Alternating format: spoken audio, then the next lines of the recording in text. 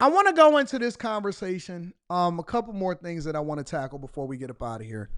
I want to go into this conversation, and it's the first one is because we got to start talking about the money now, obviously. The first one is about school because there's so many people. I just did a couple weeks ago the conversation about the Howard students, and the Howard women and the Howard students were complaining because they had balances and they wanted to hurry up and get more student loans. And it's just so crazy to me that there's so many people that are complaining about student loans, yet there's so many people trying to take out student loans. And I've also heard that a part of the big, beautiful bill was a limiting on the amount that you can take out depending on what kind of curriculum that you go into.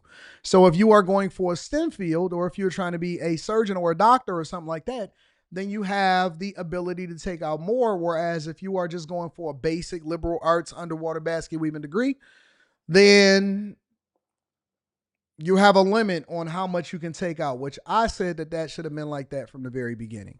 But people are starting to choose trades more than they are traditional college careers. Let's deep dive into it. Is instead embarking on a new career. Some of them snagging entry-level jobs to the tune of $70,000 a year after foregoing the traditional education route to learn new skills in a unique trade program. Jeff Flock has our story.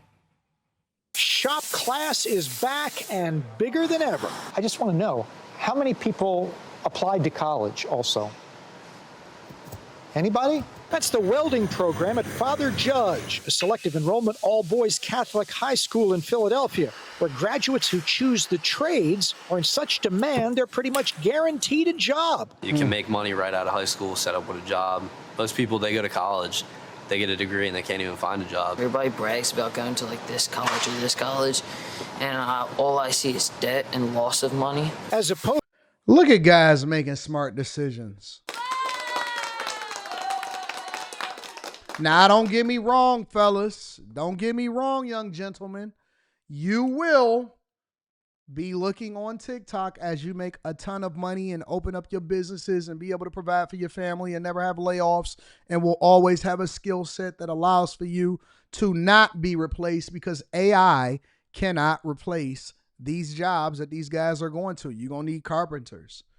You know, when my carpenter, which also doubles as a general construction guy, he hangs the cabinets. He does the pillars that hold up the porch roof, the roofing over the porch. He does all kind of stuff. He makes sure he does all of the borders around the bottom of the house and everything like that. When I talk to different contractors, a lot of times they have to put me on the back burner. I haven't gotten my siding done on a house that the lady moved out of, and so I've been having other things being done while they put me on the back burner, because they had to schedule me out further, and in the window people had to schedule me out further and all of this other type of stuff. And I ask them a lot of times, and I say, so what's going on? What's happening? The excavator, the guy to do a lot of the excavating for me, and he works for me on the excavating. He said, man, Anton, I'm gonna be honest with you, bro. It's hard to find good people. It's hard to find good people. Most people want to sit in an office. I went to the register of deeds because I had to change some deeds over, and I put them in trust and all of that other type of stuff today, earlier this morning at 8:30 this morning. And I go out there and I look in the office, and it's all women that works in the county building. It was one guy, one white guy. He was missing all of this right here. One white guy and all women. They were the notaries. They were the registers of deeds. They were all of this stuff. And that's what you largely seen in the federal government. And we're going to get to women in jobs shortly. But nobody actually wants to work. And that is where the jobs are. Even men, even guys. It's so funny. If you tell them, hey, man, listen, you down and out? I seen one guy talking to one guy, hey, man, you down and out, man? Hey, come get a job with me over here at Amazon. They just opened up a new facility up here. You can go up here. You can come up here and work. Oh, man, I got to work at Amazon. I thought you said you was broke and you ain't have no money. I thought you said you needed a job. Then your parole officer said you needed a job. They'll hire you right away. Man, I don't want to do that. Man, listen, I'm telling you, most people don't want, it's jobs most people don't want to do the jobs that are available, or they don't want to have to do the hard jobs, right? They don't want to be the lineman. They don't want to get the skilled trades. They don't want to have to lay the flooring. They don't want to do that. And see, I thought that y'all wanted diversity, equity, and inclusion. Y'all don't want to be included, ladies, on these type of jobs? Y'all don't want to be included on these type of jobs? No, you want to be able to sit up in the government office and chill. You want to do administrative work, but you want to make $200,000 a year doing it. You want to make $200,000 a year doing administrative work. This is what they want. Honest to God, this is what they want. Or I'll do you one better. If you get a man that makes a decent amount of money, if his position is not the same, so if he says, hey, listen, I do this job, they don't really necessarily care about the job. They care about your title. Women care about titles. Men care about money. I told y'all that the other day. I think I was on After Hours or something like that. Women care about jobs and titles. Men care about money. We don't care about no god dog title. I don't care what you want to label me. Just don't label me broke. Give me whatever job title you want. Sam Roths, I always said Sam Rothstein should have took the food and beverage job, but he was in his femininity. Nikki was right on that one. One of the rare things that Nikki was right on is casino. You could have took the food and beverage. That's when they was arguing out there in the desert, and he didn't know if he was going to come back because he didn't know if it was a hole that had been dug for him. You could have should have took the food and beverage job.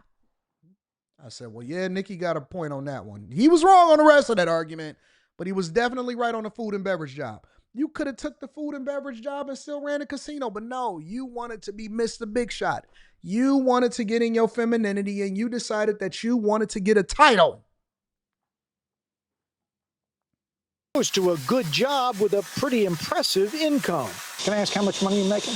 I'm making $30 an hour. Adam Ashburn graduated from the program last year and immediately joined two classmates at DC Fabricators in New Jersey.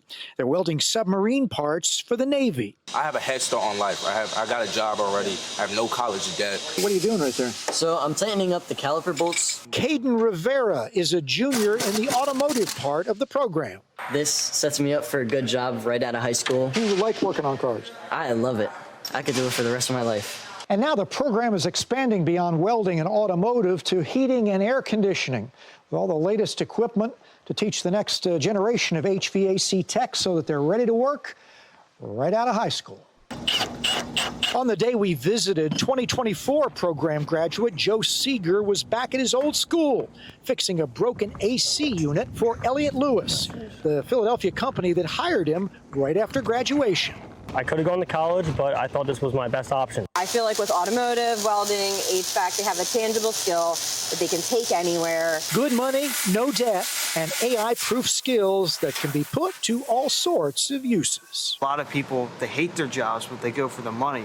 When you're passionate and love something and you get paid a lot of money to do it, can't go wrong. It is estimated that 12 million people across the country are enrolled in programs like the one at Father Judge that give them a shot at a great career and a well-paying job that doesn't require college. But let them tell you, you know what? Men are falling behind because they're not enrolled in these liberal arts programs, and I don't see them on the college campuses. No, that's not true. Guess what? If you pull up the data, you pull up the statistics, you pull up the layoffs. Listen, I told y'all. I said, listen, women are disproportionately more affected during times where you have a recession or you have layoffs or there's not a lot of jobs to be had. Women are disproportionately affected because what they realize is as we innovate, we don't need the jobs that they are necessarily doing because they used to fill the roles and the gaps where men were doing the majority of the hard work. That's just the facts. Now that more men are in a femininity, and there are a lot of men in a femininity, they don't even want to do the same things that women do. I know men that can't even change a tire.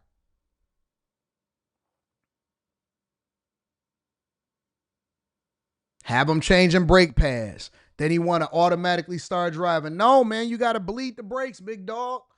You don't want to be out there trying to slam on the brakes. You got to bleed the brakes, big dog. They don't know nothing about that. Transmission fluid. They don't know nothing about that. Yo, big dog, you can only put water in there. You know what I'm saying? The radiator goes out. Don't put water in the radiator in the wintertime. It's going to crack your block. Big dog, don't do it. They don't know nothing. They don't know nothing. Sitting there pandering, turning their fingernails. Can't call you for nothing. Men in their femininity, women in their emotions. Don't nobody want to do no work. Now everybody complaining. You know what? She just going to retire. Can't do nothing. Can't do nothing. Can't even change brake pads, let alone change a tire.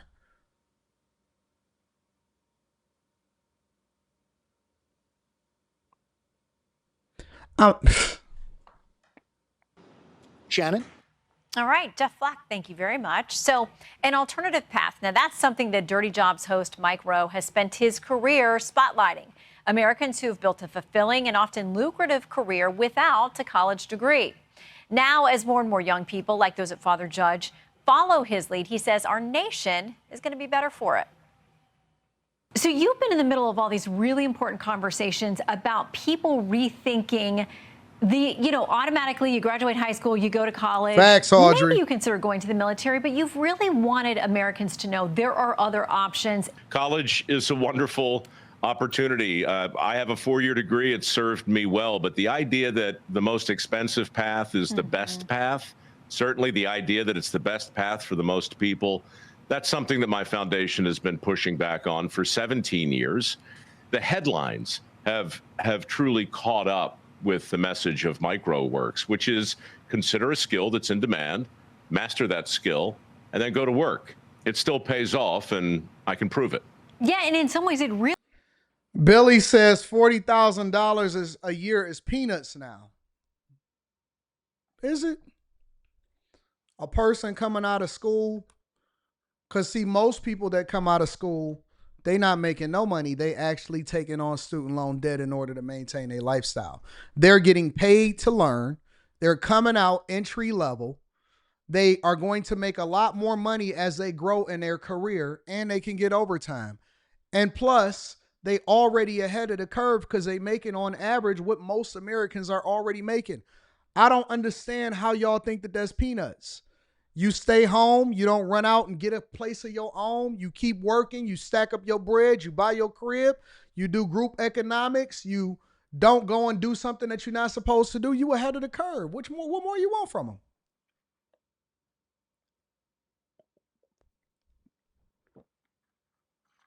What more you want from them? I think they're doing phenomenal. It's better than being out here knocking over people in Chicago and with a switch in your hand trying to rob people.